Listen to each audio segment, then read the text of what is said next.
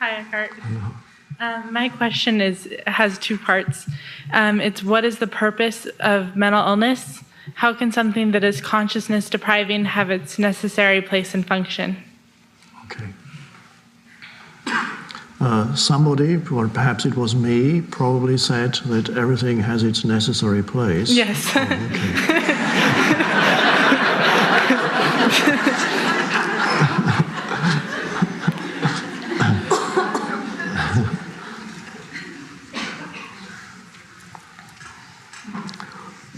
Now, in the larger context, if you look around the world, it's not only mental illness, which exists in different gradations, mental illness in its acute form, where it is recognized as mental illness in its less acute form, where we call it neurosis, whatever. And mental illness, well, neurosis already is normal. So mental illness in its normal form, which is normal human consciousness, the world is full of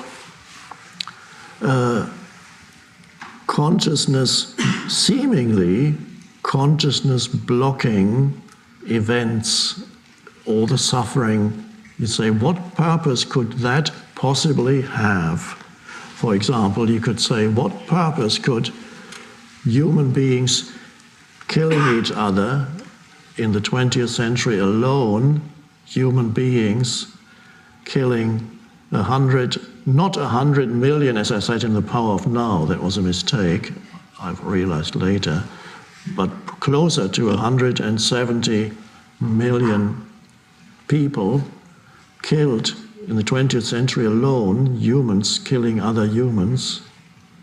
170 million. Nobody knows the exact figure, but that's 170 million killed. What purpose can that possibly have? You can ask also. That's all that suffering can't possibly have a purpose, can it? And then all the other things that you have. Young children dying in accidents or illnesses, or all kinds of things that seem to be blocking consciousness, people trapped in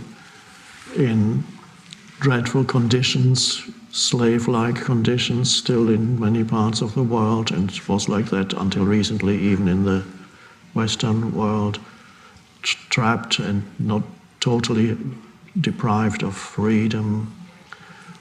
All these things that seem to block the arising of the flowering of consciousness. Particularly if you look at it in isolation.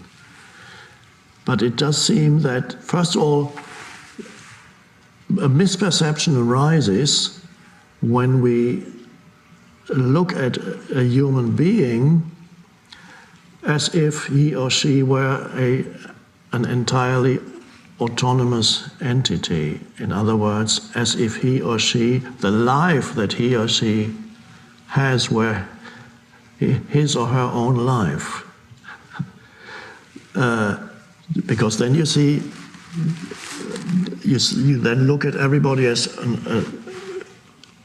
an autonomous life form without realizing that all life forms and all humans are a temporary expression of the one life. The life in you, or the consciousness in you, is the consciousness in me, the same consciousness, expressing itself in a different form.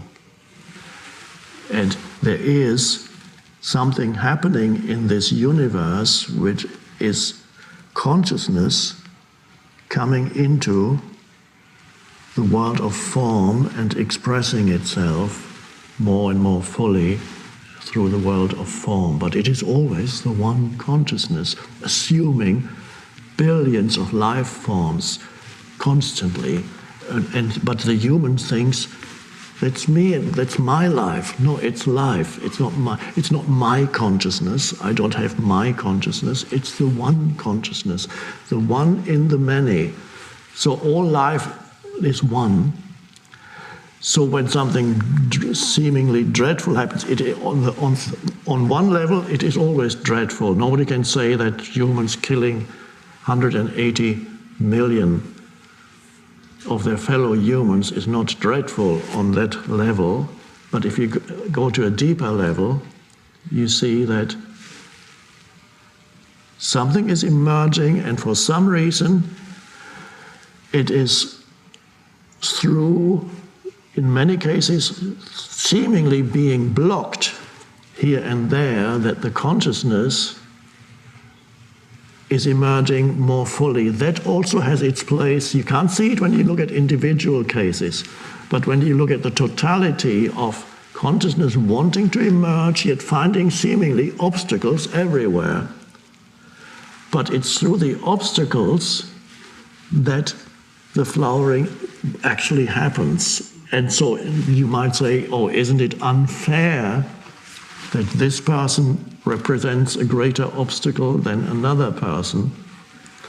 But it's the essence of any person is the one consciousness. So nothing is lost ever. And in so-called mental illness, there's also something to be learned by the one consciousness. What it is, I don't know, but I do know that a certain percentage of mental illnesses are arising of consciousness that has gone slightly wrong, that hasn't gone, or is unrecognized. There are people in India who have become saints and masters who would have been put in a mental home in the West, because the West doesn't recognize certain things, that's the spiritual rising. Unfortunately, they were not born in the West, but there are probably many people in the West. I'm not saying that all mental illness is a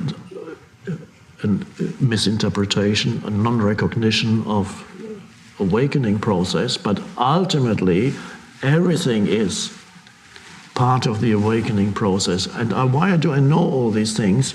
You know things by looking at your own life, and I know that all the things that seem to block the full arising of consciousness in my life, and I'm sure you can find the same in your life, all the seeming obstacles to living a life of fullness and ease and greater awareness, ultimately all those things actually led to the arising, to the awakening. When I look at my own life, and my own life is only a microcosm of the collective, it must be, then I see all the blockages and all the suffering actually was part of the awakening, without which it would not have happened. And collectively, the suffering of humanity in so many forms is also, unfortunately, a necessary part of the awakening. But realize that what we see as somebody's personal identity is not who they are. They are an expression of the one which is constantly finding new channels through which to express itself in this world. So if this channel is blocked, we see it as a person who is suffering. That's also true on one level. And of course you help if you are there, you give whatever help you can, that's part of it. But there's that personal sense of self is ultimately an illusion, because who you are is ultimately timeless and beyond the person. So I know that if I had not encountered all these seeming blockages in my life, I wouldn't be sitting here now. And if you had not suffered what you suffered, you wouldn't be here now. And so the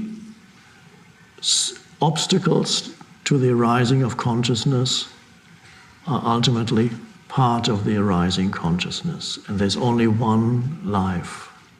And that's a liberating thing to know, that the life in you, the life in me, is the one life. And if I die at this moment, nothing is really lost. If you die, nothing is lost. So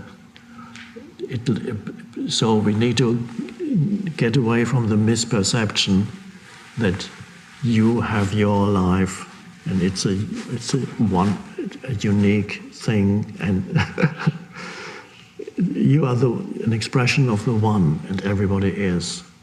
And so humanity as a whole is awakening. And there's a term in the Bible which says the birth pangs of the new age. The birth pangs, before giving birth there's a pain. So these are the birth pangs of the awakening. And it all, if you could see the totality, that also would make sense. It doesn't mean that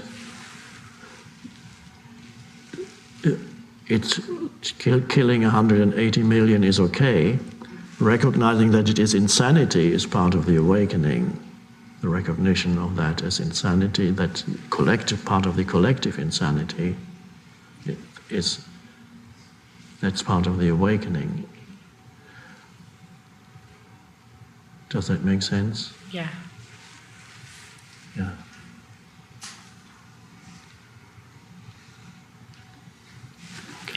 Thank you. Thank you.